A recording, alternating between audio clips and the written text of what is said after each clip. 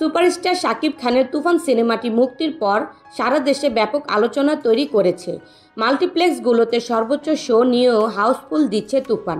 এমনকি সিঙ্গেল স্ক্রিনে টিকিট না পেয়ে ভাঙচুর করছে দর্শকরা। বাংলাদেশে তুফান নিয়ে সামাজিক যোগাযোগ মাধ্যমে জোর আলোচনা দেখে কলকাতার দর্শকরাও এ ছবি দেখার জন্য দারুণ আগ্রহ প্রকাশ করেছেন। এ কারণে শিগগিরই ভারতে মুক্তি পেতে পারে তুফান। তবে এ বিষয়ে এখনও কোনো ঘোষণা দেননি পরিচালক কিংবা প্রযোজনা প্রতিষ্ঠান। বাংলাদেশে শাকিবের ছবি সাফল্যের সম্প্রতি চমকপ্রদ মন্তব্য করে টলিউড প্রযোজক রানা সরকার। তিনি সামাজিক যোগাযোগ মাধ্যমে লিখেছেন, শাকিব খান অভিনেতা হিসেবে খুব ভালো এমন না, কিন্তু তার প্রত্যেকটা সিনেমা সুপারহিট হয়। এমনকি ঈদের ছুটিতে শাকিব খানের একের বেশি সিনেমা রিলিজ হলেও সবকটা সুপারহিট হয়। গান সুপারহিট হয়, মিউজিক সুপারহিট হয়।